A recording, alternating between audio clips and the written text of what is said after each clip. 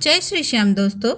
राजस्थान की पवित्र धरती पर बसा खाटू धाम कोई आम स्थान नहीं, बल्कि वो तीर्थ है जहां आस्था सांस लेती है और चमत्कार प्रत्यक्ष दिखाई देते हैं। यहाँ हर साल करोड़ों भक्त बाबा खाटू श्याम के दर्शन करने आते हैं। उन्हें हारे का सहारा कहा जाता है, क्योंकि जब हर द्वार बंद हो जाते हैं तब बाबा का दरवाजा खुलता है। आज जो कथा आप सुनने जा रहे हैं वह केवल एक परिवार की नहीं, बल्कि उन करोड़ों दिलों की है जो बाबा श्याम पर विश्वास करते हैं। ये घटना फाल्गुन मास की एकादशी को घटी, जब खाटू धाम में बाबा ने साक्षात प्रकट होकर ऐसा चमत्कार किया जिसने हर किसी को द्रवित कर दिया। अब हम कहानी की शुरुआत करते हैं। राजस्थान के सीकर जिले से कुछ किलोमीटर दूर बसा एक छोटा सा गांव धर्मपुर। वहीं रहता था वीरेंद्र शर्मा अपने परिवार के साथ, पत्नी सुमन, बड़ी बेटी आर्या और छोटी बेटी तारा के साथ। वीरेंद्र एक बेहद सामान्य इंसान था। गांव में उसकी एक छोटी सी किराने की दुकान थी, जहां वह रोज सुबह 6 बजे से लेकर रात तक बैठा करता था। उसका जीवन थका हुआ और बोझिल हो चुका था, लेकिन फिर भी वह हर दिन परिवार के लिए लड़ता था। पिछले कुछ सालों से वीरेंद्र का जीवन बुरी तरह उलझ गया था। दुकान घाटे में जा रही थी, उधार लेने वाले ग्राहक गायब हो चुके थे, कर्ज का भार बढ़ रहा था और सबसे दुखद, उसकी बेटी तारा, जो 12वीं की कक्षा की एक होशियार छात्रा थी, एक रहस्यमयी बीमारी से ग्रस्त थी। वीरेंद्र की पत्नी सुमन एक अत्यंत श्रद्धालु स्त्री थी। हर सुबह शाम बाबा श्याम का नाम जपना, दीपक जलाना और पूजा करना उसका नियम था। उसके घर के कोने में बाबा की एक छोटी सी मूर्ति थी। सुमन उस मूर्ति को अपने बेटे की तरह मानती थी। वो बाबा से रोज कहती, हे मेरे श्याम, मेरी तारा को ठीक कर दो, मुझसे उसका दर्द नहीं देखा जाता। पर वीरेंद्र, उसका विश्वास टूट चुका था। वो कहता, भगवान मंदिर में नहीं होते सुमन, डॉक्टर ने कह दिया इलाज नहीं है, पूजा से क्या होगा। यह कहते हुए उसकी आंखें अक्सर छलक उठती थी, क्योंकि वह अंदर से टूट चुका था, मगर बाहर से मजबूत दिखने की कोशिश करता था। इसी तरीके से सुमन और वीरेंद्र के दिन कट रहे थे। तभी फाल्गुन एकादशी का दिन आया। खाटू धाम में रंग बिरंगे झंडे लहरा रहे थे, हर गली में भजन गूंज रहे थे। सुमन ने कहा, इस बार बाबा के दरबार में चलो वीरेंद्र, तारा को लेकर चलते हैं, वहाँ कोई चमत्कार हो जाए। वीरेंद्र ने पहले तो मना कर दिया, लेकिन जब उसने तारा की हालत देखी, पीली, थकी और बिस्तर पर बेसुध, तो वह चुप हो गया। तभी उसकी बड़ी बेटी आर्या ने भी कहा, पापा चलिए ना, एक बार कोशिश कर लेते हैं ना। अंत में उन्होंने गांव के एक दोस्त से पुरानी जीप किराए पर ली। तारा को एक लकड़ी के छोटे से पलंग पर लेटाया गया, जिसे जीप के पीछे रखा गया। सुमन ने तारा के सिर को अपने गोद में रखा और भजन गुनगुनाने लगी।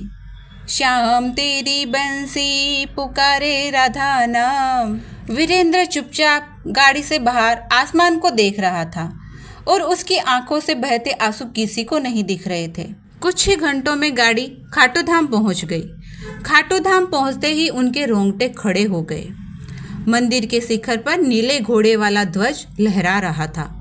अगरबत्तियों की खुशबू, फूलों की महक और भक्तों के जयकारों से वातावरण दिव्य हो चुका था।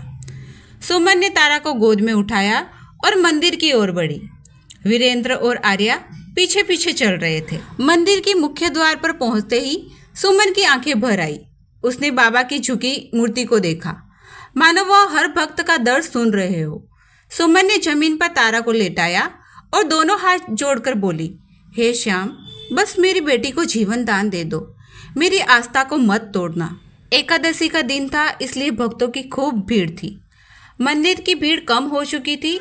वो लोग रात तक वहां पे रुके थे। परिवार पास की धर्मशाला में ही रुका था। रात के करीब 2 बजे सुमन जागी हुई थी, माला फेर रही थी, जय श्री श्याम, जय श्री श्याम। तभी अचानक धर्मशाला के बाहर एक तीव्र रोशनी चमकी, जैसे कोई सूर्य रात में उग आया हो। सुमन ने बाहर झांका। मंदिर की ओर से एक सुनहरी आभा आ रही थी।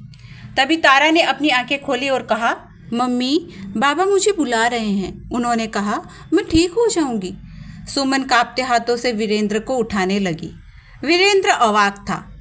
तारा ने खुद से उठकर बैठना शुरू कर दिया, जिसकी उम्मीद किसी को नहीं थी। परिवार तुरंत मंदिर की ओर दौड़ा। मंदिर में पहुंचते ही देखा बाबा की मूर्ति की चारों ओर सुनहरी रोशनी फैल रही थी। भीतर बैठे एक बुजुर्ग पुजारी ने कहा, आज बाबा का साक्षात चमत्कार होगा, मैं इसे महसूस कर सकता हूँ। सुमन ने तारा को बाबा के सामने लेटाया। तभी एक तेज हवा का झोंका आया। मंदिर के घंटे एक साथ बजने लगे।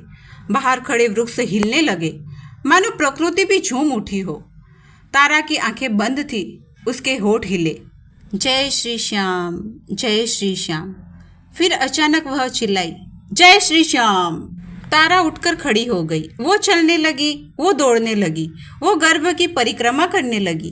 पूरा मंदिर तालियों से गूंज उठा। उस दिन ये चमत्कार के साथ साथ मंदिर में मौजूद दूसरे भक्तों के साथ भी चमत्कार हुआ।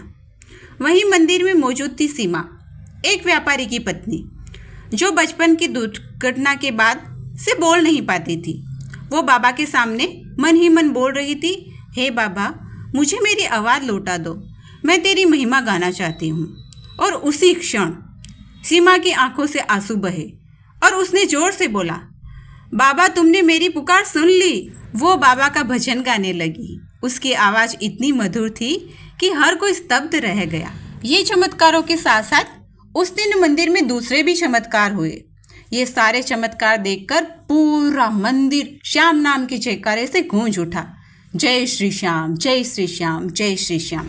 एकादशी की ये रात सचमुच चमत्कारिक रात थी, क्योंकि इस दिन कई भक्तों की मनोकामना पूरी हुई थी। चारों तरफ श्याम बाबा के चमत्कार की चर्चा हो रही थी। ऐसे ही श्याम नाम की जयकारे लगते लगते सुबह हुई। सुबह होते ही तारा और उसका परिवार गांव लौट आया। गांव लौटने के बाद तारा पूरी तरह स्वस्थ हो गई थी। उसने परीक्षा में टॉप किया और मेडिकल कॉलेज में दाखिला लिया। वीरेंद्र की दुकान में चमत्कारिक उन्नति हुई, कर्ज उतर गया, पुराना ग्राहक लौटकर सारा उधार चुका गया और एक बड़ा ऑर्डर देकर भी गया। आर्या की शादी एक श्रद्धालु परिवार में तय हुई, जहां होने वाला दामाद कहता, जिस घर पर बाबा की कृपा हो वही मेरा जीवन सफल है। इस तरीके से वीरेंद्र और सुमन का परिवार सुखी परिवार बन गया था। इस तरीके से यह कहानी सिर्फ वीरेंद्र के परिवार की नहीं, बल्कि हर उस इंसान की है जो बाबा श्याम पर भरोसा करता है। जब सब रास्ते बंद हो जाते हैं तब बाबा का द्वार खुलता है। आपको देर है सिर्फ विश्वास करने की। ये पूरा खेल विश्वास का है। आप जितना ज़्यादा विश्वास करोगे उतना ही जल्दी आपको फल मिलेगा। इसलिए आप जल्दी से जल्दी श्याम बाबा के दर्शन करें, उन पे विश्वास करें और खाटू धाम पहुँचे। वहाँ पे आपकी हर एक मनोकामना पूरी होगी। अगर ये कथा आपकी आंखों में आंसू लाई हो, अगर दिल में भक्ति जगा दी हो, तो इस वीडियो को एक लाइक ज़रूर करें, अपने दोस्तों और परिवार से ज़रूर शेयर करें। कमेंट बॉक्स में जय श्री श्याम का नारा जरूर से लगाएं और बाबा की कृपा हर घर पर ऐसे ही बनी रहे। मिलते हैं ऐसी ही चमत्कारिक कहानी के साथ अगले वीडियो में। तब तक के लिए जय श्री श्याम, हारे के सहारे की जय हो।